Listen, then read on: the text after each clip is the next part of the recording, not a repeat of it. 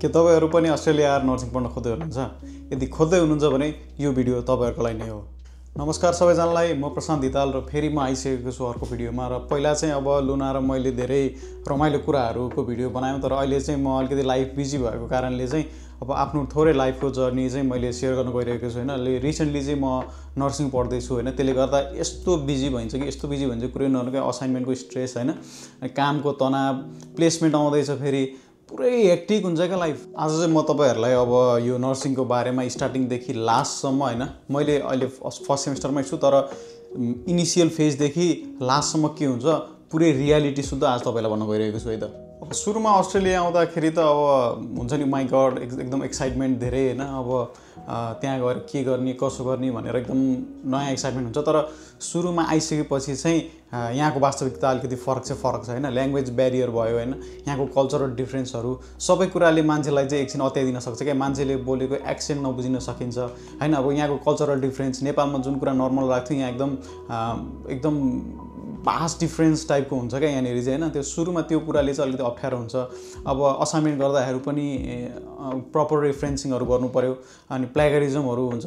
यस्तो कुराले चाहिँ मान्छेलाई एकदमै अप्ठ्यारो बनाउँछ सुरुमा चाहिँ। अब इनिशियल फेजमा त सुरुमा त तपाईले क्लासहरू एटेन्ड गर्नु पर्यो हैन। अब हप्तामा कति 2टादेखि 3टासम्म क्लासहरू हुन्छ, अनि तपाईले आफ्नो अनुसार क्लासहरू चुज गर्नु पाउनुहुन्छ। अब बिहान काम गर्ने, बेलुका क्लास चुज गर्नेदेखि लिएर सबै तपाईलाई एकदम कस्टमाइज गर्न मिल्छ। त्यसले गर्दाखेरि चाहिँ मान्छेलाई एकदम सजिलो चाहिँ हुन्छ सुरुमा चाहिँ। अब त्यसमाथि अब असाइनमेन्टहरूदेखि लिएर अब सबै प्लेसमेन्टको सिमुलेसन क्लासहरू, अनि अब क्लासको ट्युटरको फिडब्याकदेखि लिएर सबै कुरामा चाहिँ अलि ध्यान दिनुपर्छ सुरुमा हैन। त्यो कुरा गाह्रो चाहिँ एकदमै छैन।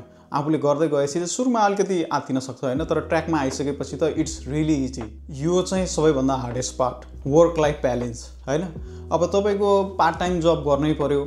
अब फर्स्ट अफ अल नेपालबाट यहाँनिर आइसकेपछि इन्टरनेसनल स्टुडेन्टको लागि चाहिँ नर्सिङ एकदमै एक्सपेन्सिभ भएको छ हैन।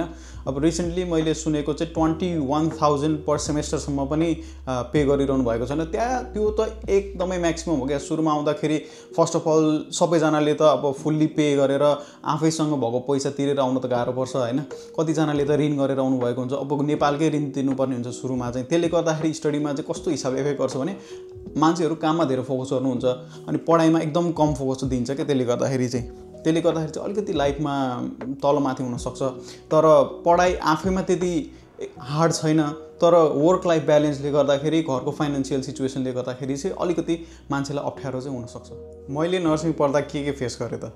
अब मलाई फर्स्ट अफ अल म क्लासमा जाँदाखेरि मलाई फर्स्ट टाइम त्यो सबै कुरा पढ्दाखेरि चाहिँ मलाई मेडिकेसनको टर्महरू त मैले प्रोनाउन्स गर्नै सक्दिनँ थिएँ हैन। म कुनै पनि मेडिकेसन अझै पनि कन्ट्रोल गर्न सकेको छैन। मेबी अब प्लेसमेन्टमा गएर काम गर्न थालिसकेपछि रेगुलर एउटै मेडिकेसनसँग डिल गर्दै गइसकेपछि चाहिँ मैले अलिकति त्यसलाई बुझ्न सक्छु होला। तर अहिले चाहिँ मैले पर्सनली भन्दाखेरि मैले राम्रोसँग कन्ट्रोल गर्न सकेकै छैन। अब दोस्रो च्यालेन्ज, मैले मेरो काम र प्लेसमेन्टहरू को लागि पनि अब अलिकति स्ट्रगल भइरहेछ, किनकि मैले अब टाइम म्यानेजमेन्ट स्किल मेरो त्यति खतरा छैन, किनकि अब सबै कुरो लास्ट टाइममा गर्ने बानी। अब त्यो हाम्रो एउटा डिसिप्लिनमा नबसेको बानीले गर्दाखेरि चाहिँ हामीलाई त्यो च्यालेन्ज चाहिँ एकदमै हार्ड हुन्छ, किनकि अब असाइनमेन्ट पनि आउँछ, प्लेसमेन्ट पनि आउँछ, तपाईको काम पनि हुन्छ।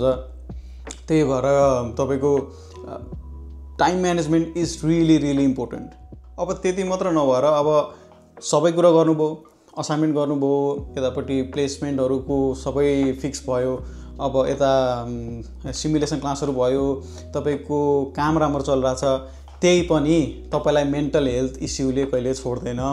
तपाईलाई लोनलिनेस, किनकि तपाईले यत्रो टाइम आफ्नो इन्भेस्ट गरिरहनु भएको छ, तपाईलाई अरूसँग भेट्नलाई टाइम नै हुँदैन। त्यसले गर्दा मेन्टल स्ट्रेस पनि हुन्छ, लोनलिनेस जस्तो फिल हुन्छ, आइसोलेटेड फिल हुन्छ। त्यो कुरामा नै एकदम ध्यान दिनुपर्छ। तर त्यसमा आफ्नो अलिकति इन्जोयमेन्ट गर्नलाई साथीहरूसँग टाइम दिने, फ्यामिलीसँग टाइम दिने, सबैजनासँग कुरा गर्ने पनि गर्नुपर्छ।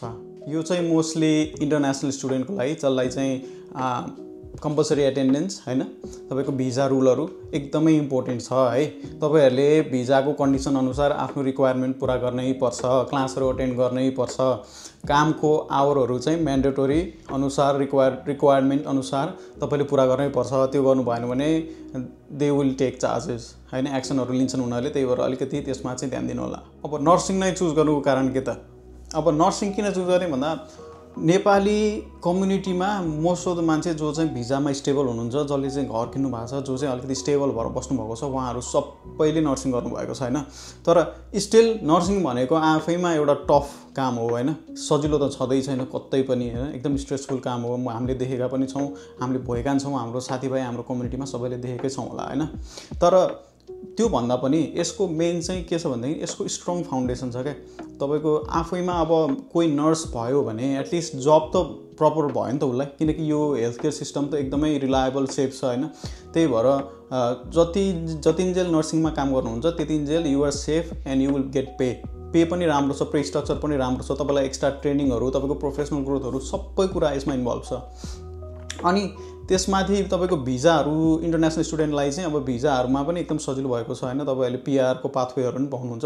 त्यही भएर यो चाहिँ स्ट्रङ फाउन्डेसनमा स्टिल पनि गनिन्छ होइन। तर एकदमै ह्युज पेको लिस्टमा चाहिँ यो टपतिर आउँदैन, यो अझै पनि बटमतिरै आउँछ होइन।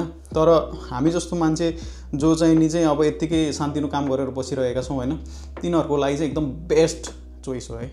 यो थियो मेरो नर्सिङको जर्नीको बारेमा। र अहिलेसम्म जहाँसम्म पनि मैले आफूलाई पुस गर्दै ल्याएँ त्यहाँसम्म आउनलाई चाहिँ कति हार्डवर्क पनि लागेको छ होइन। बिचमा मैले इन्जोय पनि गरेको छु, मैले जहिले पनि स्ट्रेस मात्रै लिएर हिँडेको छैन। मैले सकेको ठाउँमा आफ्नो फ्यामिलीसँग कम्युनिकेट गर्ने, मेरो साथीभाइसँग कम्युनिकेट गर्ने, आफ्नो फ्यामिलीसँग कम्युनिकेट गर्ने र घरको कामहरू पनि अगाडि लाने गरेको छु होइन। त्यही भएर त्यसलाई चाहिँ आफ्नो भित्र पनि काम गर्नुपर्छ, आफूलाई स्वस्थ पनि राख्नुहोस् होइन।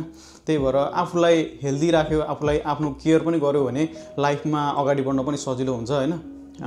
सबभन्दा इम्पोर्टेन्ट कुरा के हो लाइफमा भन्दैन, हामी आफै हो। त्यही भएर आफूलाई पनि केयर गर्नुहोस्। र पहिला चाहिँ मैले अब अलिकति रमाइलो भिडियोहरू बनाइरहेको थिएँ होइन, किनकि अब लुना पनि फ्री थियो, लुना र म मिलेर कहिलेकाहीँ कपल भिडियोहरू यताउता बनाउँथ्यौँ होइन। तर अगाडि पनि बनाउँछु होला बनाउन त, तर अहिलेलाई चाहिँ अलिकति लाइफ बिजी भएको कारणले अहिले चाहिँ मैले नयाँ कन्टेन्ट लिएर आएँ।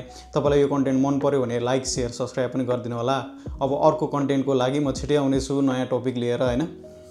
अब मेरो नर्सिङको जर्नी हुन्छ कि अब केही रमाइलो कुराहरू हुन्छ, म तपाईँलाई अवश्य लिएर आउनेछु। त्यो दिनजलको लागि बाई बाई।